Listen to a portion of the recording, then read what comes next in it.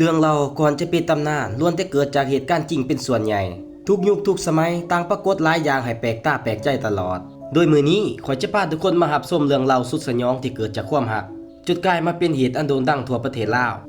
คนส่วนใหญ่เว้าว่าความรักเฮ็ดให้โลกสวยงามแต่อีกด้านหนึ่งก็อาจเฮ็ดให้คนตาบอดเพราะเมื่อใดหัวใจถูกควบคุมเหตุผลก็มักจะหายไปเปรียบใส่เรื่องราวความรักหนุ่มสาวประเทศลาวต่อไปนี้ที่ได้สร้างความเสียหายให้คนในครอบครัวอย่างบ่มีวันลืมเปิดคลิปจะพาทุกคนมาหูจักหนุ่มสาวคู่หนึ่งที่หักกันหลายตามภาษาวัยรุ่นพวกเขามีชีวิตที่บ่ง่ายและต้องพากันดิ้นรนเฮ็ดเวียกเพื่อหาเงินโดยหวังว่าวันหนึ่งจะมีชีวิตที่ดีขึ้นในตอนเริ่มต้นความรักได้เต็มไปด้วยความหอมหวานและการช่วยเหลือกันในทุกอย่างแต่เมื่อเวลาผ่านไปทั้งสองก็ตัดสินใจพากันออกจากบ้านไปหาเงินอยู่ต่างประเทศโดยนี้ก็คือจุดเริ่มต้นความปะเทือนที่จะเกิดขึ้นกับหญิงสาวซึ่งบางครั้งแฟนหนุ่มก็เกิดอารมณ์หายพร้อมลงมือใส่ความรุนแรงเกือบจะเป็นประจำถึงหญิงสาวจะเจ็บช้ำน้ำใจเพียงใดแต่ลาวก็ยังอยู่เคียงข้างพอเชื่อในความหักและหวังว่ามื้อหนึ่งแฟนหนุ่มจะปรับปรุงเปลี่ยนแปลงตนเองให้ดีขึ้นการเวลาผ่านไปทั้งสองเกิดความขัดแย้งพร้อมถกเถียงกันทุนแห้งโดยแฟนหนุ่มมักจะทำหายทั้งกายและซ้ำเติมจิตใจพร้อมถ่ายคลิปลงให้คนอื่นเห็นตลอดซึ่งหญิงสาวผู้ที่เสียหายเริ่มตาสว่างพร้อมโทรหาอ้ายเพื่อขอความช่วยเหลือในการหนีออกจากผู้ชายคนนี้พอแต่ว่างซ้ายบ่ดลก็มีข้อความส่งกลับมาว่าบ่ต้องมาช่วยดอกพวกเฮาดีกันแล้วแน่นอนผู้ที่เป็นดังพอผู้ที่สองย่อมบ่เชื่อและพยายามติดต่อส่องหาทุกวิธีทาง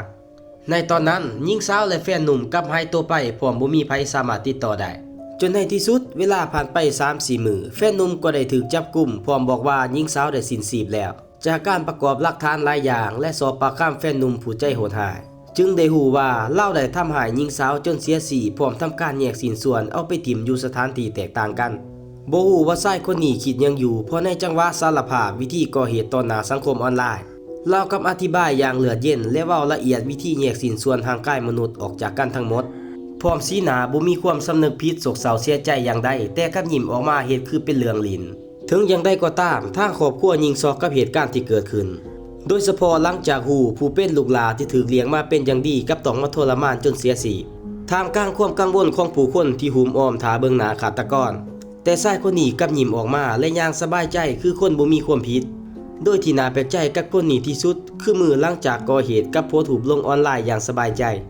ปัจจุบันทางครอบครัวได้รับรู้เรื่องราวทั้งหมดและพากันเล็งหาสินส่วนที่หายไปกลับบ้านเกิดเมืองนอน